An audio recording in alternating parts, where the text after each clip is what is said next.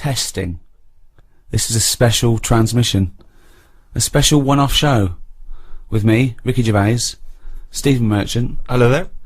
And the little bald mank twat that is the shaven monkey known as Karl Pilkington. Right. Now, Rick, just a quick question, because if people have just stumbled across this, perhaps on the internet or on their TV channel, they're probably going to be a little bit alarmed by what you've said there. You've come straight in with little bald mank twat, and a lot of people don't know who that little bald mank twat is, so maybe you should clarify.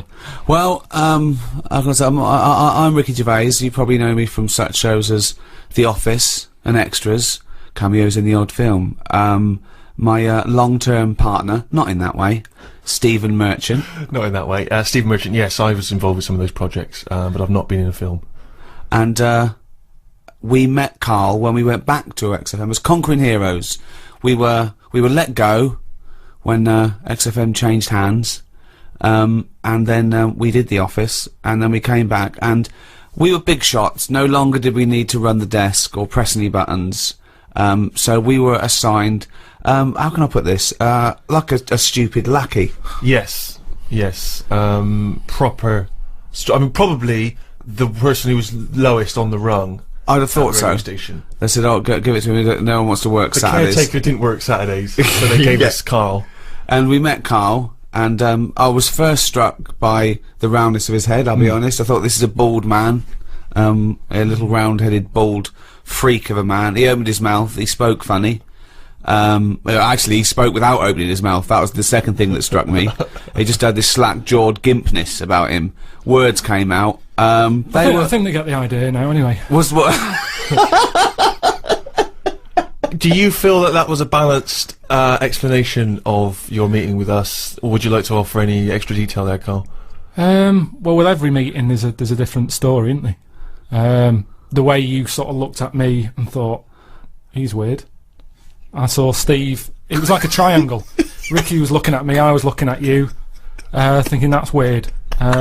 It seems a little unjust that I'm the, you know, why aren't you having a go at Ricky for being fat and just because, old? No, I'm just saying on the first meeting, right. It's like a museum, isn't it? Everybody rushes to the weird stuff first. I love the fact that you're putting yourself firmly in that category as well, though. Oh, I love that.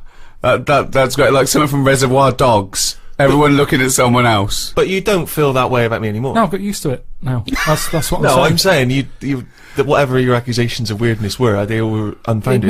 It moves on, doesn't it? It's like anything. You get used to a look, don't you? I watch a lot of programs on stuff that people have up with them, and you only watch programs about people that got something wrong with them. That is what you do. If ever you say, "Did you see that thing last night?" It's going to be something like the kid who was born with too many legs, or the baby with an arse for a head. It's always going to be stuff like that. It's like there was a program on a bit back about a fella who had a funny head and what have you, and he lived in a small village, and nobody double taked anymore because you get used to it, don't you? What was up with his head? Just had like it was sort of like the new Elephant Man. He'd sort of gone for that look. He'd gone for that look. And what does he do in the morning? Just eat a bun, sort of shave? It's just that's all I'm saying is people in his village. You want a big village. People were used to it, and they no longer stared. And that's what I'm saying with you. But it's interesting that because you say you've acclimatised to my so-called weirdness. I don't know what weirdness that is. I've still not grasped that. But Ricky continues to. What? It's just the eyes. He's listening. Why are you listening? So I've not had a go at you and your stupid round head like a orange. Which is the thing which perpetually entertains Ricky. Ricky is never acclimatised to you. Is that fair, Rick? Yeah, I love it. I can't get enough of him. Because I see different things. Every time I look at Karl, sometimes I see like a completely sort of like spherical object. Right, like honestly, like some sort of pumpkin on you know, Halloween. And then I see flat, straight with on. A pumpkin, Rick, with a jack-o'-lantern outside someone's house, right? There is a certain light behind the eyes. Not with Karl. And then sometimes he looks like a plate. Do you know what I mean? Like, you know, like a clay plate that a child has made. When they've made a face on the plate using their food. Or a biscuit. Like one of those biscuits, novelty biscuits you can buy at your you birthday. can ice with a little smile and some ice. Yeah. But that's not the, I think that's not the biggest thing. Karl, it isn't his physicality, it isn't it the roundness of his head, it isn't the gimpness of his slack-jawed face. It's not even his hairy body and sort of like chimp-like gait. It is. Although those are all key features. These are all key features, but it's his incredible mind. And I think maybe over the next 2 hours or so, if you haven't heard of Karl, then I think you're in retreat. If you have heard of Karl, then you're already being treated, I think, by the fact that he is present on this special broadcast. Rick, can I suggest that we take a pause there, play some music, come back and we'll talk some more? Oh, this isn't just about Karl. We're playing some great tunes.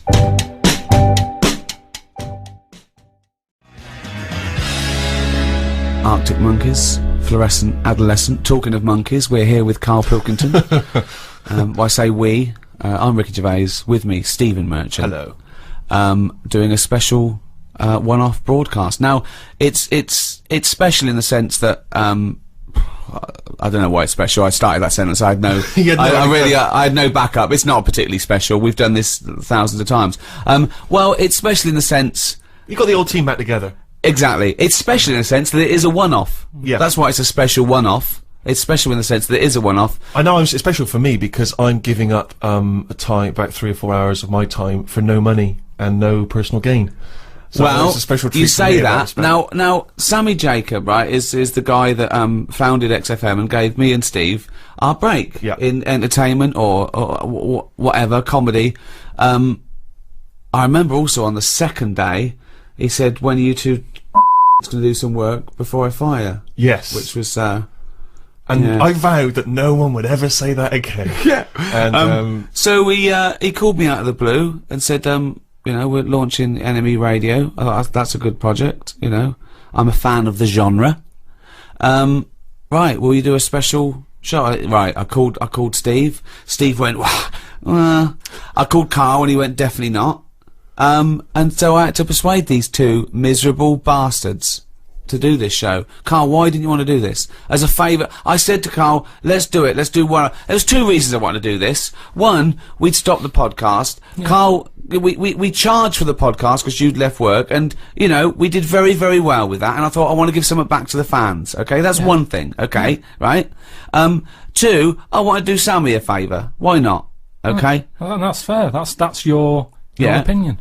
Yeah, but you, yes. But what you can't do when you're doing someone a favour, you can't go, yeah, Steve and Karl feel the same about it. Yeah, of course I'll do it, Sammy. Well, of course Karl will do you a favour, the man you've never met and you've never done a favour for yourself. Well, of course he'll do it. Well, hold on. Steve didn't want to do it either. He was busy. He works on 6 Music, so he was worried about that. He shouldn't really be doing it. I shouldn't really be doing this, and I'll tell you this, if you do love great new music and lively chat, then 6 Music Sunday afternoons is a great place to be with the Steve Merchant Show. I agree. There's enough for everyone to go round. Yeah. Enjoy that, enjoy this. Yeah. But Steve does it a favour to me. I said, Steve, well, do it. All right, mate. You've done me enough favours. Yeah. Yes, I will. Okay? You didn't fall for that. I said, as a favour to me. No, he didn't. I even started an internet campaign to put in the poster up saying, Karl, do some work, you little lazy bastard. After a month, he was begging me to stop it. I wasn't begging you. It was just a bit stupid. You were really annoyed. Yeah, what I like, though, it's interesting because you're a busy man, Rick, and I know you've been heavily involved with lots of projects.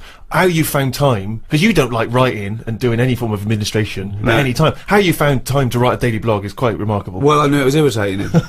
Right. It was, it captured the imagination of, you know, people all over the world. I wanted him to do this podcast, and here we are. What changed your mind, Karl? Well, you kept going on about it. Yeah. And then I thought... You saw friendship was an important thing. Yeah, a little bit of that. Now I've got to tell Steve something on air that Steve doesn't know about. Me and Steve are doing this for free as a favour. I'm doing it as a favour to Sammy. Steve's doing it as a favour for me. That's what friends are for. Karl was negotiating himself some money. Yeah, well, this Who the hell have you negotiated money from? With Sammy, I didn't know him. I owe this man nothing. I'm not doing anything for free. I've got bills to pay. We've all got bills to pay, right? Oh. You've got other work that brings you money in. Let me just stop because... Sick of it. Wait, though, because this is interesting, because as you say, Rick, you're doing this as a favour to Sammy, he gave you your big break. Now, Rick, you gave me my big break, right? I didn't know Sammy. Ricky gave me a break. I'm doing this as a favour to Ricky. Oh, hold on. Who the hell gave Karl Pilkington a big break? Who would There's one man in this room who wouldn't even have an agent, wouldn't even have a need for an agent if it weren't for Mr. Ricky Gervais. But hang on a minute, it's not me. Nice one, Steve. I'm already thanking thanking you, Rick. by Nice doing one, free, Steve. This free show. So hang on a You minute. miserable, ungrateful, little mank twat. Yeah, it's I hope you feel really bad. I don't feel bad. Me and Steve are doing it out of the kindness of our heart. Yeah, free. You're out money grabbing again. That also on the internet, how mean he is. I'm not mean. You are mean, Carl, because, you know, we did those paid podcasts, and all I wanted to do was some free ones. You wouldn't do it. Because we've done it now. I'm just saying you've got to get to a point when you go, I enjoyed that. Yeah, the podcasts were alright. Cut them off. You don't keep the story going. With But the Bible, they didn't go, let's do another volume. People seem to like this story. Yes, they did. What? The New Testament. The Old Testament was a Yeah, massive alright, they did it success. once then. They did like a special for the fans. But all I'm saying Sequel. is... There's one sequel. But they didn't keep going on. And we did 3 lots of the podcast. Yeah. That's more than enough for anyone. But I just wanted to give, you know, the people on the internet something back. Yeah, well, we've given them enough. Sick of the people on the internet always moaning. Why? Who am I? Just moan. Who do? People do. Sick of it. We Calling me shouldn't- Graham. They said I'm not even real. They said he's an actor. He's called Graham. That annoyed me. That's the thing that annoyed me the most. Graham. Of all the names. It's just that if I'm not me, what am I? That's the thing that annoyed me most. If I am- Not me, what am I? Well, it would annoy me if someone was accusing me of something. Because, I mean, that's the thing. No, it annoyed you because they were stating a falsehood. Yeah, that's what annoys me. That's what did me head in. Let's play a record and be back with Carl after this. Richard Ashcroft. Check the meaning. He's from your neck of the woods, isn't he? Wigan.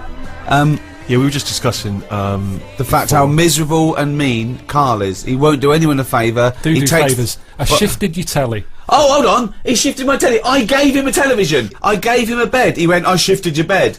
No, I gave you a bed. That's how he couches things. I cashed that bloody cheque he wrote to me. Unbelievable. Who's the last person you did a favour for where you weren't expecting something in return? I'm always treating people. I've told you, if I have a good day, at the end of it, I'll go, do you know what? I'll treat them. And Treat who? It might be a homeless fella. It might be some charity. I'm sick, honestly, the amount of money I give away It to might be some- a I don't like chatting girlfriend about it. who got a lovely new camera for Christmas, still wrapped up from when it was given to you as a leaving present. So, All this stuff about you're doing so much for charity. You honestly tell me, you think you're walking along, you're whistling, oh, I've had a great day, me. Hey, you never have a great day. No, I've never seen you have a great day. It doesn't matter what. It's unbelievable. You're whinging all the time, miserable. Nothing impresses you, nothing at all. The best I've ever heard you was alright. That. Well, tell us about the last time you had a great day. What was the last great day you had where you thought, oh, I must end this by giving some money to a homeless fella? I mean, yeah, I don't have a great day. but what I mean is, a day when I go, do you know what? I'm quite content. That's amazing. It's a long way from a good day. That is the equivalent of him skipping along. No, every night before I nod off, I lie there and I Yeah. think, what sort of a day have I had? And I'll go through it and I'll go, yeah, that was alright. How boring is that? No, it's good. You've got to do that. Otherwise, what was the point of the day? If you're never going to look back on it and go, what have I done? Yeah, that was alright. What's the point of it happening? But how often do you go, wow, I've really achieved a lot today? Because I remember one day at random you told us, you'd been to the Cobblers and back. I didn't even know cobblers still existed. Yeah, that was a 24-hour period we were talking about there. You kept a diary. It mainly consisted of had a chip butty in a cafe with Suzanne.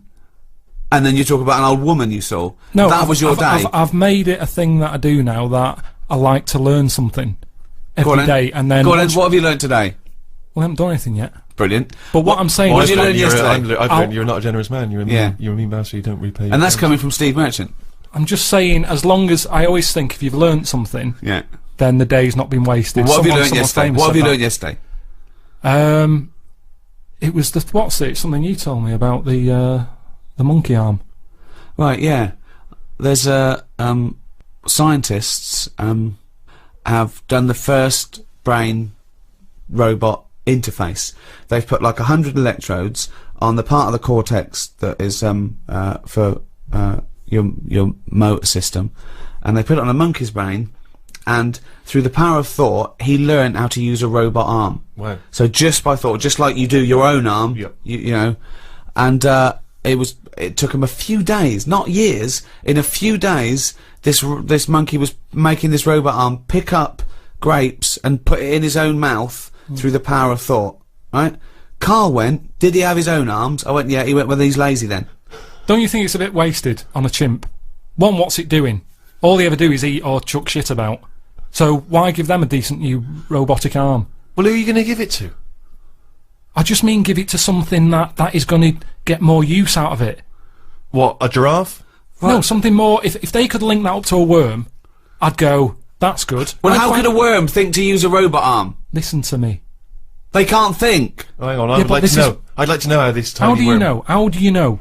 What I'm saying is, a worm's never had an arm. You're a maniac. I'm Think not what you're saying. You wish a worm had an arm for a day. No, all I'm saying is, if we're going to faff about here and get animals giving them extra arms, don't... They weren't giving a monkey an extra arm. They were testing this theory that they could make the first computer-brain interface.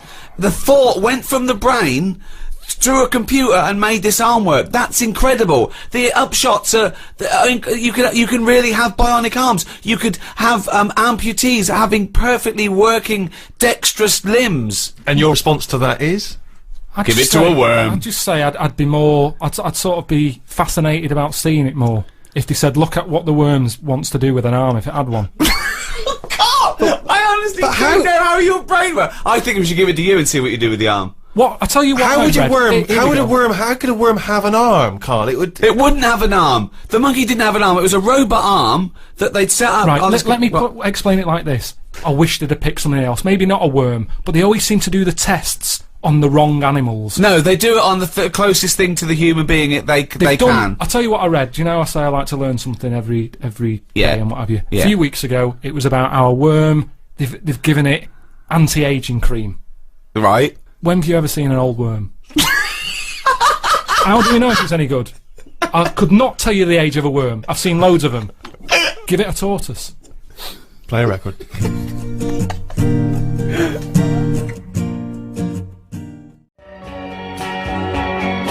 Bob Dylan, Positively 4th Street. I actually, Rick, was in Vietnam a couple of weeks ago. Oh, yeah. And I don't know if this was thanks to your campaign, but I did pass somewhere. It was admittedly a European person, but as I passed, they went, "Oi, oi! Karl Pilkington's got a head like a f***ing orange." That's amazing. Which is lovely to see. And I've had it all the way around the world. That's in Vietnam. What were you doing in Vietnam? Just heard there was a war. Went over to see if that was wrapped up. They finished that a while ago. So you've been to Vietnam. You went to popped down to Cambodia at the same Cuba, time. yeah, Cambodia, Kenya. I was wondering, would you ever consider going to a holiday destination where you didn't have to have injections in the stomach to get in? Well, you know what? I am an adventurer by spirit. I'm a sort of Indiana Jones figure, and plus someone was paying for it. We did it. Pardon me. We did it in high class luxury. There was no slum in it. I felt a bit bad because I was worried that I wouldn't see the real Vietnam. But I did see the real Vietnam from the air-conditioned 4x4 that I was being driven to my 5-star hotel. And what's it like? It's great, it's really good. I mean, obviously, the war was a long time ago, so they've got back on the, back on their uppers. I don't know what I mean by that, but anyway. That's the other way around, if you're on your uppers, isn't it? Yeah. Back on. Anyway, it's doing well, a lot of nice people, a lot of generous people. Obviously there's poverty. Yeah. There's a couple of things over there I think which would really intrigue you, Carl, and I think it's a great shame that you're not more adventurous as a traveller, because I think it would really open your eyes. You're having a laugh? He has about 9 holidays a year. Yeah, but he goes to the same place, doesn't he? Some rock in the Mediterranean. Yeah, it's safe. I know Vietnam's there's nothing there. I know, but I don't sort of... What I've seen of Vietnam, I had a mate who went to somewhere like that. He showed me a picture. I had a picture of him walking round with a bag of locust that had been sold, and that's to eat. Well, I did actually utter the phrase at one point. "Oh, I think that gecko's repeating on me." That's what I mean. So, I mean, I am quite exotic. I don't mind. I tell you what I didn't do, though, and I think I would fascinated to have seen you down there. There's a place in Vietnam, just outside of Hanoi, called Snake Village. Right, and it is a long, long tradition in Vietnamese culture of eating snakes. In fact, one of the tourists even said, one of the guides actually said, "We will eat anything." And they eat snakes over there, and I'm not just talking about tiny little ones. I mean proper, great big mammoth snakes. Sometimes even king cobras, which I think may even be endangered in some parts of the world. And anyway, in Snake Village, you go over there. I didn't go because I was just a bit too squeamish. You sit down. They bring a great big snake. You choose it like you would a lobster. They bring you that snake. They sort of give it a bit of a demonstration. Then they slit it open in front of you. That's disgusting. The blood dribbles into a cup, and then if you're the guest of honour, they take the still beating heart and they make you drink it from a glass. Yeah, you see, that's disgusting. I've never fancied that. No, I've never sort of thought. Do you know what? I just think it's not holiday. That it's like endurance. What? I don't. I'm not suggesting that you would enjoy that. I'm saying that there are many of these interesting, exotic worlds out there. You just stay closeted in your tiny little world and whinge about everyone else. Oh, and this and that. You've got no real empathy. I mean, I went to some extraordinary places in Vietnam. There's quite a lot of floating villages. Yeah. Villages that are actually floating on the water where the fishermen Well, he's live. had trouble with his boiler. There was a big leak in your flat, wasn't there? But that's fine. Looking at stuff like that. All I'm saying is, when it comes to the point when I'm getting hungry, don't be serving me a snake's head. I'd love to see a little floating village. But why is it every restaurant you go in, they go, do you want some crispy ant, sea urchins? Some mate had one of them, and he said, it's sort of alive when you're eating it. You have to hit it on the head to knock it out a bit and eat it before it wakes up again. I don't want a meal where you're sort of having to do that to it. I'm not going to enjoy it, thinking, is it waking up yet? I haven't finished my starter. Oh, it's rolling about a bit. Hit it on the head again. But this shows your ignorance, Carl, because Vietnamese food is not like that at all, is it? I'm just talking about one particular exotic restaurant. What was your last holiday? A couple of weeks ago, wasn't it? Yeah, it was a cheap one, though. Go on, where'd you It was go? only 250 quid. Yeah, brilliant. Go on. Just a place in You Menorca. don't want to waste money, do you? Menorca. It's just, You've been there before, haven't you? no, I don't think I have. You've basically been to the same places over there. Yeah, there's not. I mean, yeah, you're right. I mean, there was nothing there to see. It was just. Even the weather wasn't that good. But So it was a I don't waste know of why I time. went. No wonder it was 250 quid. I don't know why I went. But it's an experience. So you and Suzanne went away for an idyllic holiday. It was £250 all in for a week, was it? Weather wasn't very good. There was nothing to see. It was a shithole. Right, what did you do? I just sat outside and I was watching. In the rain. Really, you didn't even No. need to hire a villa then. You could have just pitched up and said, "Can I sit here?" We had our own space, and for the first day it was all right. And then then a family moved in next door from Scotland, and they were loud. And I hate it when people are loud and you can't understand what they're saying because their accents was really strong. So it's like, no, I can't even sit here and listen to what's going on. It's like really strong accent. Brilliant. Kid was only young, but he sounded old. Do you know what I mean? I don't know what that means. No, I've no idea. Just the Scottish voice, it sounds old. Even though he was a baby, he had a voice of an old man. I don't know what that But means. this is what I'm saying. You don't go anywhere where you can embrace the change and the difference. You go to places where just some annoying people come and you move in next I door. had paella. I mean, it depends. It depends how much you want out of life. How much, what? Yeah, like I've said to you, life's about learning. What do you want to learn? I'm just saying that's what life's about. If you don't learn anything, then what's the point? You might as well be a mayfly. Right. We've got all these years on the planet. Yeah. See something. Hold on. This is what Steve's saying. I know, but I'm saying watch it on the telly. There we are. There's the rub. Rilo Kiley. Portions for foxes. If you love good music, by the way, you should tune into Six Music on Well- Sunday afternoons, the Steve Show. Well, at the Steve moment you're listening to NME Radio. Well, yeah, but You can listen to that on NMEradio.com or on your telly, yeah, on the internet, go to everywhere around the Steve world. on- if you want NME. Probably, along with Rolling Stone, one of the most famous, most respected yeah. music. Well, yeah, but you can carry on reading. Magazines. You can carry on reading Rolling Stone magazine after you're about 16 years of age. Have you read the NME? Well, Not for a while. The letters pages. People complaining about the haircut of the bloke from the Kaiser Chiefs. It's not a pressing concern. Move on. That's the problem, isn't it? That's me with music. I like to sing along to a track, but I doubt that. I do. Well, Go on. No, I sort of hum. Go on then. What's the last track you hummed along to? What's your shower song? People supposedly have a shower song they sing in the shower. What's yours? Oh, with my boiler being broke, it's got to be a short one. How's that going? People won't believe it. See, that's the other thing that people think, I've been moaning about the boiler since, about 2006? Yeah. I've had it fixed loads of times, still the fault now. Every summer, it's come round again, the hot weather, it's not working. Get a new boiler. I can't get a new one. People keep saying get a new one, I can't get a new one, 'cause Why? no one will fit one in the cupboard that it's in. What, you can't find a single boiler in the world? No, what they said was, British Gas said they can't touch it because it's dangerous. That's good.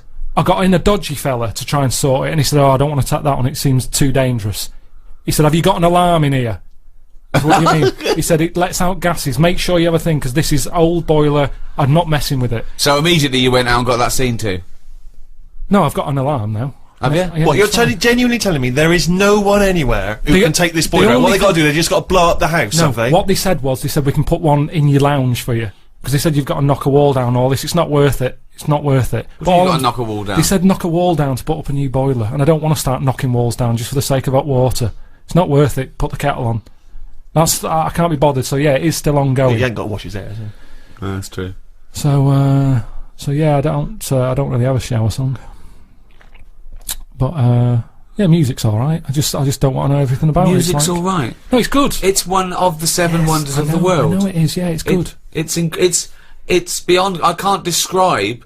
I couldn't try to describe how amazing music is. Yeah, I know. It's Not the shit we've been playing. No, I'm But just. I mean, I'm you just. know, I'm yeah, just good saying. music, classical Vaughan music. Williams and Beethoven. The music affects the brain in extraordinary ways. People with, sleeping sickness who are otherwise almost in a vegetative state hear music, they can suddenly can come awake, they can sometimes even dance.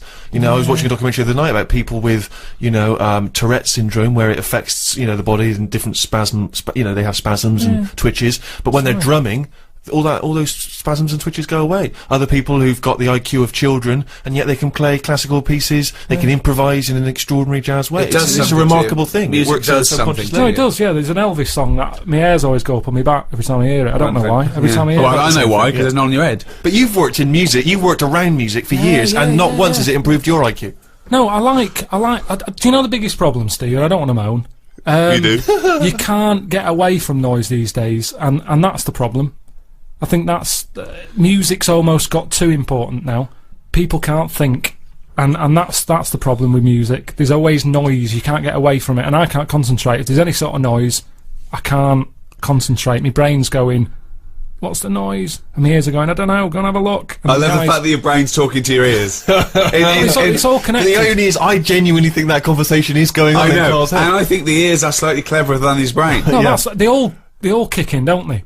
I'm sat there, my brain's working. Go I might on. be writing something, I might be doing that book, I'm thinking my brain's going, right, yeah, it's working, and then a noise happens outside. My ears go, what's that? My eyes go, well, I'll have a look.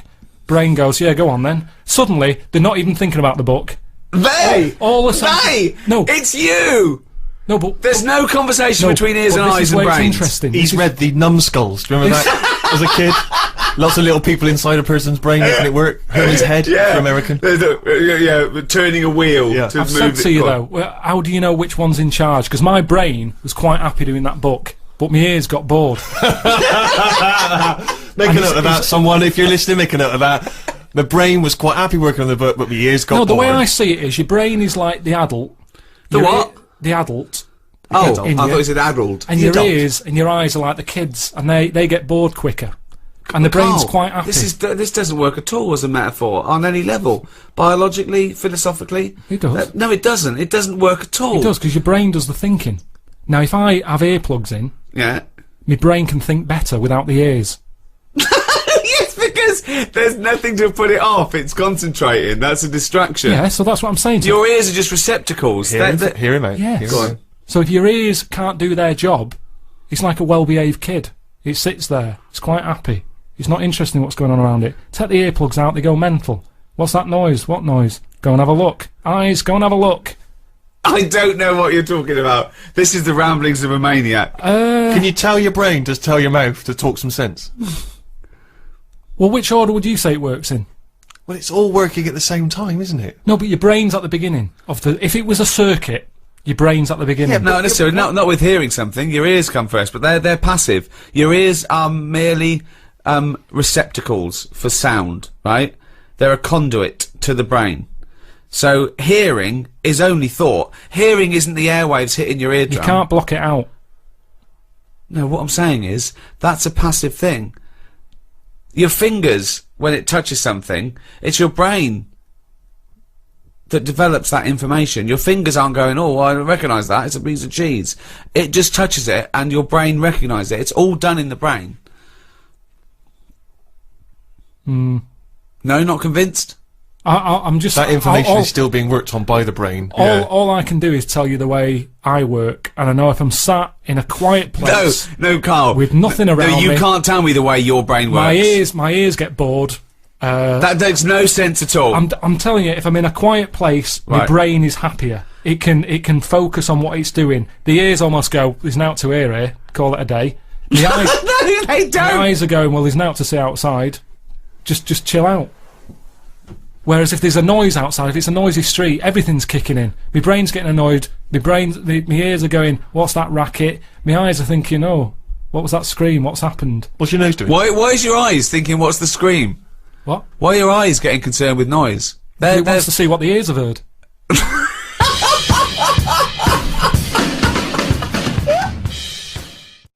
Cure Lullaby on NME Radio with me, Ricky Gervais, Stephen Merchant, Hello. and Karl Pilkington. Right. Now, straight after your holiday, you got home and then came out to visit me in Boston on the set of my film I was doing. Mm. How was that? Well, I didn't want to do it, did I? He called up and said, do you want to come out? And Do I a thought, favour for me. Ricky said, can you do a favour for me? You thought no. Well, no, I didn't just go no. I sort of said, what is it? And he said, oh, well, you can just have a part. And he's like, what's the point, though? I'm not an actor. I can't act. What's the point? It's Well, a you long are, way you're to Graham. go. So anyway, he said, all right, don't bother.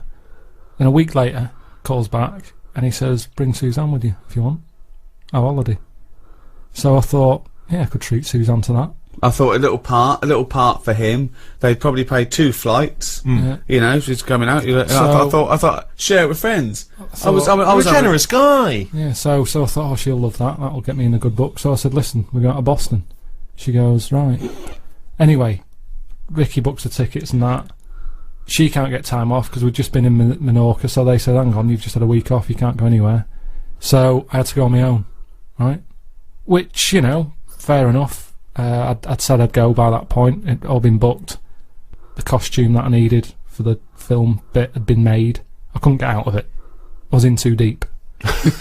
Anyway, go there. Boston isn't worth seeing. Oh, I mean, you're talking about travelling the world and, you know, opening your eyes and seeing new things. There's nothing to see in Boston. It's Dunkin' Donuts and Starbucks. There's nothing else, is there? I'm not being unfair there. I mean, it looks nice. There's nice buildings. You mean there's not a museum of the weird? There's they had something to do with tea bags, didn't they? That I told no, it's the Boston hotel. Tea Party. It was nothing to do with tea But bags. It was the Boston Tea Party. That one of the founding events of America. I know, It wasn't something to do with tea bags. So other than that, it wasn't chimps. There was no chimps involved in the Boston Tea Party. For me, I went out for a walk on 2 of the days when I wasn't having to work, and yeah, only worked for 1 day. Well, Got 3 days free. 2. 4 days in a hotel, all paid for. 1 day's work. I mean, it really is. He really is ungrateful. So anyway, Steve, I dressed up as a caveman in some old animal stuff, which you thought, well, This was for the film, was it? This wasn't for just the your film. natural. Yeah. So could I just say, it was not real fur. I insisted there was no real fur. Well, you used. say that. Yeah. I get back, right, I'm run down because I didn't sleep when I was out there. I'm not very good. If Suzanne's not in the bed, there's something, it's like I feel... What, she's got to be there to tell you to sleep? Well, Close your eyes it's- now, Carl. it just... No, and our ears. Stop Listen listening. to my words. Stop, sleep now, ears. So anyway, so I wasn't sleeping, so I was there for 4 days or whatever. I must have had about 3 hours. One real day's work filming, 2, and he was 2 shattered. really. 2. He was absolutely shattered. He was weak. He was ill for a week afterwards. I did was like run down. 35 days. You know. Yeah. So, yeah, but you were sleeping. If you don't sleep, it's basic sort of biology, that. If you don't sleep, you get run down. Sloths never get a flu. Because it's good, isn't it? That's when your body's replenishing. Stop. Can we just go over that way? Machine. What is it then? I'm gonna burst. Sloths never get flu because that's when your body's replenishing. So the thing is, I'm bound to get ill. Steve, you know what it's like. You're always like got a cold and that. Oh, he's dissing you. Everything's what's he got to do with I'm diss. just saying because you're a bit of a sickly child, so you don't Oh, jeez! I'm only to go at the looks understand. and then No, only because I'm trying to get him on my side. So anyway, so I'm shattered. I get back, so I think it's a bit weird that this isn't shaking off. And there was some news report about how there's some serious illnesses in planes. because stuff goes out the engine and into the... Oh, yeah, it's people from all over the world with all different things. Yeah, breathing the so same I'm air, thinking, yeah. oh, what have I got? You know, it's my luck, innit? So, I go to the doctors. The doctor said, well, you've done a whole day's work and you're not used to that, your body's shut down. So he said, You better have a holiday. Yeah, you need, this is when your body needs replenishing.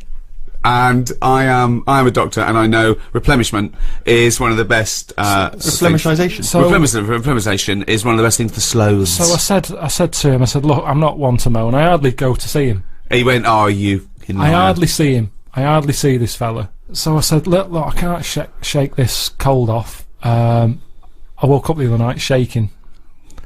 And he said, oh, virus. Right? So, Which isn't scary at all, because everything, you know... well, there's some dodgy virus, isn't Well, there? yeah, but there's some... Well, that's what I'm saying. So, of course, it's a virus. Yeah. What else would it? What else would it be? I don't know. Not a doctor. So I said, oh, when's it going to go? And he said, oh, might be 2 weeks, this one. Seems like a bad one. Quite clammy, he said. So I said, yeah, I feel a bit clammy, yeah. And he said, yeah, you will do. So anyway, so I felt happy about that, and I'm more confident with the doctor, because, you know, you've got your vest off and all that, so you think, why not just let him do a bit of a body check? So I said, doctor, whilst I'm here, I think I've got some eczema on my leg. And he goes, let's have a look. And I said, there it is there. And he said, that's not eczema. So you've got a touch of ringworm. Blimey. Right? So straight away, anything with a worm in it, you're going, you what? Yeah. 'Cause it makes it sound worse, doesn't it? I was thinking like tapeworm and stuff. Yeah. So he's going, yeah, ringworm, and he saw me panic, and he went, don't worry. You it's not- pictured a worm with a giant Well, mechanical arm crawling up He your back. could see by my face, I was a little bit like, I've got a worm in my leg. He's going, don't worry, it's not a worm. And I said, how have I got that then? And I reckon it's from this bear suit that I had It to wasn't. wear. It was. Well, it was It's a fake little bit fur. weird that I had No, it was bare 'cause you were in boots on. I had bare boots on, and Yeah. where the bare boot was, I ended up with ringworm on my Do you leg. know why it is where it was? Because the only bit of your leg showing, because you had bare boots on, fake fur, with a fake fur tunic, and the only bit showing was your shin. You were walking around in long grass. You got it from the grass. Well, no, because I said to him, because I wanted to wear the words bear suit from him. I said, where? What's the chances of that? Yeah. I said, where? Doctor, what might I got this from? And then you just shut up and waited for him to say I bear said, suit. it's a little bit weird, isn't it? I said, I thought that died out with rickets, right? Because I'd never heard of ringworm since I was a kid. I remember some dirty kid had it at school, and my mum sort of said, don't go near him. So I said, ringworm then, doctor. Where have I got that from? Thinking he'd say... Have you been wearing a bear suit? Yeah. Anyway, he said, well, he says gay people get it. What? Yeah. No, he didn't. He did. Why did he say that to you? Well, this is what he said. He said gay people. I said, right, tick that off. He said wrestlers. Why do wrestlers get it? And I said, I don't understand the connection. I said, I don't know, any gays. I don't know any wrestlers. And he went, well, it's the body, skin rubbing. Well, why do only gay people get it then? Why don't heterosexual people get it? Don't know. Didn't quiz him. But then he said, what about... Did the doctor really say to you, gay people get it? He might have said, like, homosexuals. Does this doctor operate from a park bench somewhere? Sorry, Does he have like carrier bags with him? Why would his first thing be ringworm? Gay people get it. So yeah, I said not gay. No, I said I don't know any wrestlers. That's a fact. And then he said, have you stroked any bald pets? Any bald pets? Bald. He said, have you stroked anything with hair missing? Bald. Just yourself. And I said, I can't remember. And I couldn't be bothered. Sorry, were these all euphemisms? Like, wrestlers get it. Wink. Do they? Yeah. You stroked the little bald hairless thing. No, doctor. Okay, gay people get it. Look, are you gay? Are you gay?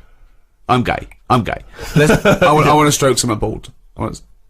So I didn't want to get into the bear suit thing, because then he'd be thinking, what's he doing? No, you've got it. So wait. So he had a list of he's reading this off a list, was he? No, he did it from his head. He knew it already. He didn't have to look at a form or anything. He went ringworm. He's obviously had a few people in there who have had it, and they've gone ringworm. That's a bit of weird. Where have I got that from? And he knew straight away. So he's had 3 popular. people in there with ringworm. Popular. One of them was a wrestler. One of them had a shaved dog, and one of them was a homosexualist. Is this the same doctor who Told me that my nerves were too short for my body. Yeah. Different fella. So yeah, ringworm I got from my time in Boston. Well, that was a heck of a story. I'm beginning to wonder if the reason Suzanne didn't go with you on that trip was not to do with work obligations. Your iPod, you've downloaded it, maybe? It's a test transmission. Yeah. Oh, it is a test transmission. Testing. Yeah. If you're hearing this, then it's working. Who are you? I'm Ricky Gervais. Who are you? Steve Merchant. Who's that little bald-headed mank twat chimp over there? It's me, innit? Alright. Yeah, well, we need your name, don't we? Carl is. Telling you, I was talking to you earlier about going to Vietnam, and I'm not good. I mean, although I like to travel, as you know, I like to go to exotic places. This is going to come as a surprise to you, Rick, but I do look very English when I'm abroad. I obviously I'm 6'7". I'm quite pasty and white, and I find it very hard to blend in with, say, Vietnamese people. Sure. But this time I thought I'd embrace this, and I've brought you something as to show you. It's not really going to be very helpful on the NME radio, but I decided to wear a hat. I thought I'd buy a hat and wear a hat. And I thought that I bought this last minute as I was just before I got on the plane. I was doing some shopping. I thought I need to, because you can. You think it'd be something like from a Graham Greene novel, right? Exactly. They'd go, they call him the Englishman. Exactly. He's the wisest, and yeah, exactly. Yeah, exactly. So I thought, because you can kind of reinvent yourself when you're abroad in some way, can't you? Yeah. And so this is the hat I got. Christ. Maybe you should look away for a second. I'll put it on, and then you can. Now, bear in mind, it is a bit battered because it's been in bags and stuff. Sure. Steve, what are you thinking? Right. No, it is a bit battered and damaged, I admit. Okay, how can I, it looks like a cross between something Miss Marple would wear. That's nonsense. No, it does. It looks a bit like that. And there's a beer with a bloke drinking, what's that called? Moretti beer? I think you're thinking of the Hofmeister bear. No, I'm not. It looks like Miss Marple's hat. It doesn't look like Miss Marple's hat. It's kind of moddy, isn't it? It's not. It's a tweed thing that comes down that an old lady would wear. Not tweed. It was a librarian lady would wear in the 1930s. It's not tweed. I have never seen it. That you didn't really buy that, did you, to wear? I did. No, you didn't. Yes, I did. Right. Can I take a picture of this and I'll put it on my website? Right, I am now taping this on a camcorder. I will put this up on rickygervais.com. I disagree. I think this genuinely looks good. I think it makes me look a bit like, say, Tom Waits or Farmer Barlow. The point is this, right? I'm wearing the hat, I'm looking good, okay? But people, obviously, they can sense that I'm a moneyed tourist. They can see how good I look, and they know I got a little bit of money in my pocket, I can afford to buy hats, and everything. So obviously I'm always a target for people trying to get money from me, stuff like that, which is always a hassle, isn't it? And I find it very difficult tipping when I'm abroad. I don't really understand what the rules are with tipping, and that's a big anxiety for me. And also I have problems with the conversion, because obviously when you go abroad. So the Vietnamese dong. Come on, there's nothing funny about that. That's just what it's called, right? For $63 US, you can get 1 million dong, right? That's a lot of dong.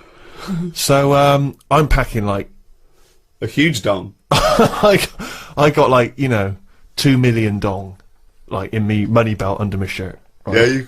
Yeah, so look at this image, right? You were wearing that hat and a bum bag. Yes, but no, I don't have a bum bag. I have a money belt that I wear underneath the t-shirt. Right. So as not to see, so people don't think I've got any money on me. And if I get mugged, I can just go, I've got any money on me. Because they would never think to look underneath the shirt and see the money belt, right? Well, that's still out of reach, isn't it, over there? Yeah, and they are actually looking up your t-shirt. Well, it's funny you should say that, right? Because I went to a market at one point just to look at the things that were for sale there. There's lots of eels and lots of fish, lots of other interesting items, right? So I'm looking at the market and taking some photos. And I noticed this, I hear this kind of murmur, right, that's going around the market. And then I start to see them, all the people in the market, sort of pointing, right, and staring and talking at something, right? So I'm looking around, trying to figure out what it is, right? And I realise they're looking and pointing at me. I genuinely swear to God, right? So they start, and then... Did they think one of the big eels had escaped? Well, they started laughing. Oh, no. They started openly pointing and laughing.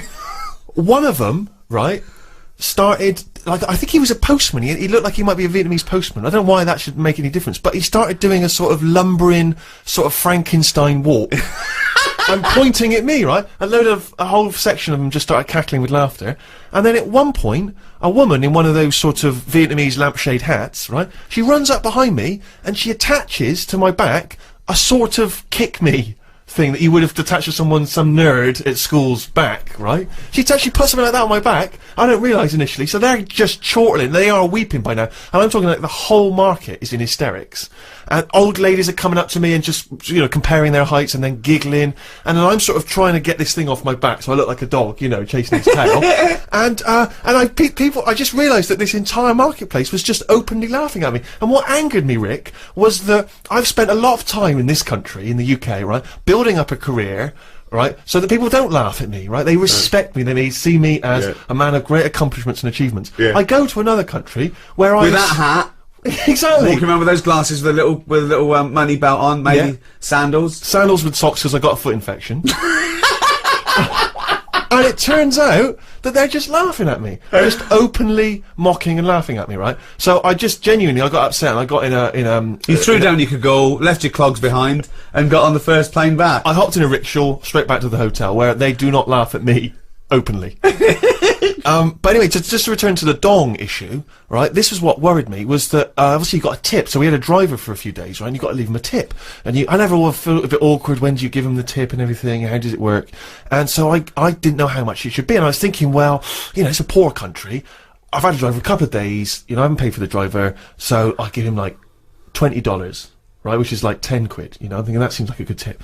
I get in there, I read in the guidebook, I should have only given him $2. I give him 20.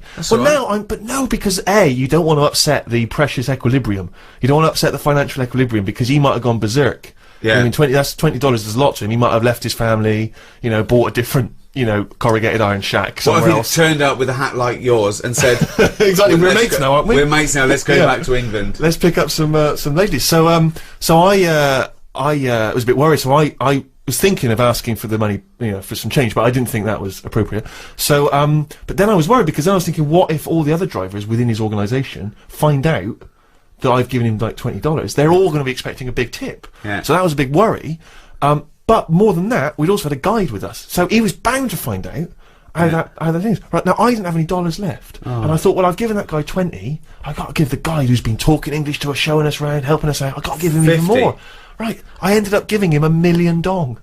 And how much is that? $63. I tipped someone $1 million. So he's a millionaire now? Yeah, I made someone a millionaire through my generosity. Well, so did I. He's sitting over there. That's absolutely right. He doesn't want to give anything back. So I know how you feel, mate. Neil Young, old man. Karl. Now, you know, traditionally at the zoo, they have to dart a dangerous animal, a lion or a gorilla or whatever. What? They have to dart it. Oh yeah. Right? Yeah. To take blood samples and check its health and stuff. So it's very stressful for the animal and quite dangerous to give it an anaesthetic like that. So what they've started doing now, there's a bug, right, like a type of beetle, and it's a bloodsucker. It's a little vampire bug. Okay, it's about 3 centimeters long. What they do is they tie a piece of string around it. They let it go into the cage on the chimp. It sucks the chimp's blood without the chimp even knowing. They pull it back, and they take the blood sample from it. They've taught it to do that. Well, they're not taught it to do anything. That's its nature. You put it near a warm-blooded mammal, it will suck its blood. So they've just tied a string to it so they can get it back. And how often does it have to do that a day? Well, I don't know. Why are these the important questions? Just because. Isn't that incredible that they've got this amazing symbiotic relationship with a bug? Because that's Is it the same one? Say if there's 8 chimps. Oh, jeez, Karl, listen to me. No, let him. I want to. I'm just saying, if there's 8 chimps in there, Yeah. 1 beetle. Yeah. By about number 5, that's going to be sick of eating. Well, then they probably have different beetles, and they let it. And Karl, I don't know why this is the. I'll tell you why it annoys me, avenue because of questioning. It annoys him. the other concern is that beetle. It might be enjoying, you know, getting the blood and what have you. What happens if one of them's got AIDS? What, one of the chimps? That's where it came from. So say if there's Well, then they know, and they say, "Oh, this chimp's got AIDS. Let's." And what about the beetle? What, you're saying you're worried that the beetle would contract AIDS? Well, I don't know if that's how it works, but all I'm saying is, you get a dirty chimp in there. It's got a touch of that, and the beetle gets it. And all I'm saying is, it seems a bit unfair. What are you worried about the beetle? Working hard. It's eating what it likes. This is the same as getting in foreigners to make cheap trainers, to me. They, let the beetle do what it wants. I mean, how long do they live? I read the other day about some elephant beetle. They get about 4 months. Right. What do you think of this, right? This elephant beetle in the paper the other day. Yeah. About the size of a gerbil. Right. Massive. Odd-looking thing. Mm. The bigger, the uglier it is. Why are you looking at me? No. In a way, that is the way it works, isn't it? I think size is a big deal, isn't it? In a way, because this is interesting. Well, we better being smaller, aren't we? Well, it depends. What do you mean? Well, no. If you're afloat in the Atlantic Ocean and it's 4 degrees centigrade, it'd be better to be fat. I didn't really mean like that. I just meant in terms of, like, Steve. I've mentioned he's taller than us. Yeah. He's always ill. Well, that's nothing to do with his height. I just think bigger people, it's like that Zhang Lung or whatever, the world's tallest man. He's always sneezing and that. He's always got something up with him because he's not meant to be that big. Small fellas, you never see a midget in a doctor's waiting room. they never get ill, do they? You never see one getting run over because they're too small, so you don't hit them. So it's. I think size. If you're too big, you never see a midget in a doctor's waiting room. Maybe they're there. No, they're not. They're not. So what I'm saying to you is, this beetle that's massive, size of a gerbil. Yeah, but it's still. But a gerbil's small. What do you mean? No, this is a big one. This beetle is massive. It lives 4 months. Lives 4 months. Been found in a banana crate. Right. Right. It's over here. They're upset for it because it's been in this banana crate for, it could be like 3 months. And the whole purpose of the elephant beetle is to have it away. That's all it wants in its life. It's only got 4 months and it loves having it away with another beetle. And it hasn't had it. So they found it in this crate and it looked distraught. They said it was showing all signs of, like, desperately wanting to have it away. It was well, when you can wank yourself to death with 6 legs, you leave anything alone for 3 months in a dark crate. Just eating a load of bananas. Yeah, eating bananas and whacking away. Well, anyway, 6 times at exactly the same moment. Its feet go, apparently. I bet it does. What do you mean its feet go? That's a sign. When they got it out, they were they got the experts in. They said, "What is this? We've got a beetle here the size of a gerbil." They said, "We'll come round." They had a look. I'd say, well, how big's the gerbil? That's just scientists HQ. There's a hotline you can phone. Come round. Right, you'll need a gerbil-sized box to bring that round in. Come round. Ring. Operator. Can I have people in charge of giant gerbil beetles? I'll put you through. Hello? Gerbil beetle people. I think I've got one. Come round. Anyway, its feet were going. What do you mean its feet were going? Do you mean it was dancing like Lionel Blair, or it had bunions? I haven't seen one, but there's a surprise. I just read that that they were saying, yeah, we know what's the problem here. Look at its legs go, and they go up and down a lot, and it means that it wants like a partner. It's dying for it. And they were saying they only live 4 months, and it looks about 3.5 months old, this one. How did they tell that? The problem is they haven't got any of these beetles here. Right. So they've had to, instead of flying it back out, they've gone over there to try and find one to bring it back because of the stress and that it's had, and it's older. Couldn't you put a gerbil in the beetle outfit? Hang on a minute. I don't mean a little wig holding a guitar. But I don't know the full story in that. I just know that they found this beetle. It just sounds unlikely that people would be this concerned about one beetle, and it's only got half a month left. It's got 2 weeks left. It's got to have some sex. We have got to give this beetle some sex because, god damn it, it's a beetle. What was found on a boat with some bananas? It deserves sex before it dies. I don't know why he cares more than a blood-sucking beetle than a chimpanzee. I just can't believe people are flying out to Japan or wherever they come from. Why do you care so much about beetles all of a sudden? Only because they were mentioned, and I just thought, whilst we're on the beetle tip, let's discuss them. What do you mean its legs were going as well? That's what they do. That shows signs of, like, it needs a woman. It's never had one before, which is weird. That's what I was going to say. It knew even though it didn't. And you're talking about me brain and my ears and all that. There's an example of how the beetle's not in charge. There's something else going on in its Well, body. it's called instinct. Yeah. But that's true in a beetle, but it shouldn't be true in a human being. But it is though, isn't it? Otherwise, how did the first baby survive? How are we here now? Because you look at babies and they're spoilt rotten. I'm sick of it, the way they don't do anything for ages. They wouldn't survive. A kangaroo comes out, it's hopping around in about 2 hours. Babies, they sit there for months. So there's a very good reason for that. I've told you that. It needs its mother. If Yeah. that was in a banana crate, it would have given up after about a week. What I'm saying a couple is, of days. It would have died in a couple of days, probably. yeah. Whereas this beetle, he didn't know the outcome. He didn't know if he's ever going to see this partner. Yet, even though he's been in this crate with bananas for 3.5 months, it still wants to have it away. Now, if I was that, I'd be like, I'm not in the mood anyway. Why do you equate yourself with the beetle? This is what I don't understand. No, I'm not. I'm just saying how that's where nature's good, and I think the beetles are better than us in a way. We have got our brain, we've got our creativity, we've got our cognition, we've got all those things. That's our forte. That's where we kick in. Thought, introspection, art. I agree. Well, I could not live in a crate full of bananas for 2 hours. I admit that. I admit that if my mum had given birth to me and then dropped me immediately in a bin, I wouldn't have survived. Yeah. But I don't see your point.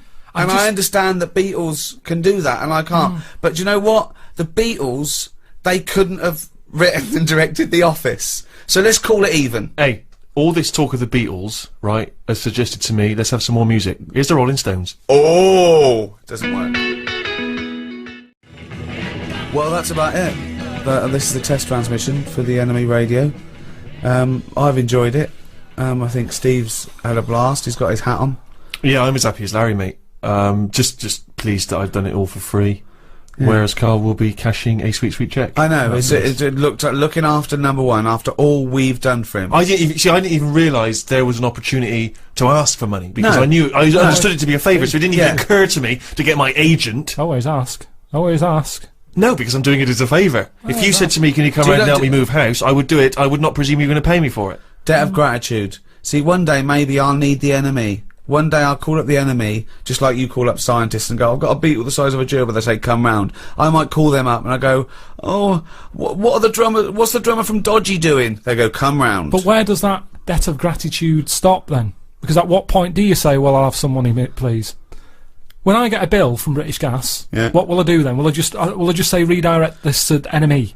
Because a little debt of gratitude. Sammy Jacobs, the fellow who runs NME Radio, send the bill to him, please, British Gas, because he'll sort me out. No, he'll go, "What are you talking about? That's not my bill. Sort it out yourself." And that's what I'm saying. The world moves on money. I make money to pay the bills. It's not for me. Sometimes I never see it. Doesn't even touch my hands. It goes in the bank, out the other way. Doesn't even stop. There's always people taking money off me for this, that and the other. And I'm not moaning about that. But all I'm saying is that's well, I know this and that costs you money, but why are you paying for the other? Business, innit? Alan Sugar he'd say you're mad, you two. He'd say you're stupid. What are you working for free? What is this? Charity? Well, it isn't. He'd sack you two. He'd say, "Karl, you're hired." I would love to see you on The Apprentice.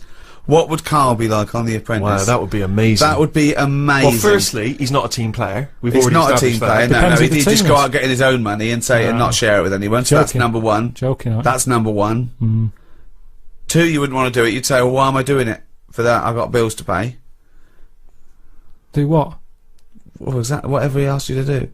No, it's a task, innit? And I wouldn't go on there. Well, anyway. treat this is like a task. Well, okay, here's a task right now. Last night on The Apprentice, they were doing interviews. Oh, don't tell me anything because I don't know who's in it. No, I won't. All I'll say is that one of the interviewers says, and it's an old interviewing trick when you're working in business. They say, "I've got a lovely luxury pen here, right? Here's a classic old Bic biro, right? Now you've got to sell that to me now, right? Sell it to me now. How would you sell it to me, right?" So this is a pen shop? No, it's a test, right, to see how well you can sell something, okay? Yeah, but doesn't matter what it is. In this instance, it's a cheap pen, right? No, but sell it to me. Tell me the virtues of that pen. But Go. have you come to me or have I come to you? No, what do you mean? You're selling me that It's pen. a task. You've got to show us how you would sell a pen to us. What's No, good but about? it's different. Okay, tell me what's good about that Right, pen. go. Sell me the pen. You're on my door, right? You're selling. You're a pen seller. So I've knocked on You've your knocked door. on my door. Yeah. You're selling me a pen. All right. Go. Hello. How are you today? I'm not interested. What you Well, you don't know what I'm selling yet. Okay. Okay, Well, what are you selling? don't get nasty. I'm not getting nasty. I'm just saying. Do you like to write much? Do you do much? Yeah, I writing? do some writing. Yeah, Do I'm you? a writer, yeah. Do you? Yeah. Interesting. How do you do that? Computer, Well, use a innit? word processor. Yeah. Yeah. Computer. Oh. Thanks very much. Goodbye. No, but hang on a minute. Just, do you ever use a pen? Sometimes I use pens, yeah, but I got loads of pens. Thanks. I got a really nice pen here, beautiful, classic. Looks Yeah, like an expensive fountain. It's an expensive fountain pen. My grandfather gave it to me. It's Oh, that family one. heirloom. So that's quite a special pen. It It's a sounds special like. pen. I mean, it is a lovely pen and everything. But the problem is, when you go out and about, there's a danger that you could lose that. That is very true, but I mean, I don't really take pens. Have you with me seen when I these, go out and sir? about. Can I interest you in Just some of looks these, like a sir? cheap, tatty old pen, mate. Sometimes you just want a pen that does the job, and this pen does that job. Do you want to buy some? No, I don't. Why not? Well, because I've just told you I've got a great Genius. pen. I've got a great pen already, and I don't see why I need that pen. It's cheap and it's tacky and Well, it's you're no saying use it's to me. cheap. Do you know how cheap? How cheap is it? Well, it depends how many you want. Well, let's just say, for the sake of argument, I want 50 of them. Yeah, I can do that. What kind of How deal would much? you do for me? £8. £8 for 50 of those pens. I can get them for about a penny down the market. Sorry, Carl, you're selling 50 pens for £8. How much do they cost you? Just want to make sure this is a good business venture for you, otherwise it's pointless. How much do they cost you to buy? I got them really cheap. But how much? How much did I say you can have them for? £8 for 50. I paid £5 for 50. So Really? Wait, this is. I'll have. Can I have them for £5 because I'm a mate? you can have 25 for 50. No, well, no. If you got 50 pens for £5, I wouldn't do this as a living. Anyway, that's the thing. Carl, can you get me 50 pence for £5 then? 50 pence for a £5. Yeah. It's not worth it, mate. Well, no, I'm a mate. Just you don't want to make a profit out of me, do you? It's not worth it. I'm trying to run a business there. I've got bills to pay. Yeah, well, I'm trying to write something. I'm going to close the door in your face. No, right, you don't want a pen. No. Fine. Sometimes you've got to know when to cut off and move on. And So that's what I you'd do. say to Sir Alan, is that you always give up? When someone says no, you give up. I'll say I met him. He just wasn't having it, Sir Alan. So he didn't want any pens. If you don't want any pens, you're not going to buy him. But you're a salesman, you've got to persuade me that I need a pen. Everyone needs pens. But what are you saying about the other fellow that came out of well, just lurking behind him, but came out of the shower, and I went, oh, I'll have 50 pence for £5. What did you say to him? He said, not interested. Yeah, because it all got a bit dodgy. I don't know who this person was and that, and he just wanted him at the going rate. What sort of a businessman would it be for me to have got the pens for £50, 50 pens for how much? 8. You're fired. Stick it up your ass. Well, I've enjoyed it, I must say. I've been Ricky Gervais, with me Stephen Merchant. Goodbye. And Karl Pilkington. If you've enjoyed this drivel as much as me, which is unlikely, because I mean, I like being in a room with no offence to you, Steve, but with a couple of freaks. None taken. Sure, thanks. If you have, we've got a little back catalogue, haven't we, Carl? We've done about 24 of these. Loads of them. You can go to iTunes on a little audio book. Good value for money, isn't it? It's a couple of quid for hours of entertainment. I tell you as well, if you love great music and as I say, informative chit chat, then Six Music is your destination. BBC Six Music, you can check that out every Carl, Sunday anything to afternoon. plug? Well, if you don't want to listen to the radio and you haven't got iTunes, go back to basics. Read a book. Yeah. It's not out yet, but Well- it will be. Well, how are they going to read it then if it's not out yet? Just saying it will. Well, come I'm out. saying they can go to iTunes now and get the back catalogue, and they can go to Six Music this Sunday. So I don't know why you're saying Well, you might do a book. Well, After they've done all that, in a couple of months, just nip down to. I'm not waiting a couple of months. What if they need to have it away? Busy guy. Like the Beatle. You wouldn't say to the Beatle, oh, it's alright. All right. Well, there's another book out there as well that I did last year. Right. I would presume as well, is the NME radio going to be on at some point? Just check the NME for details. Yeah, or maybe go on its website. NME.com? Probably.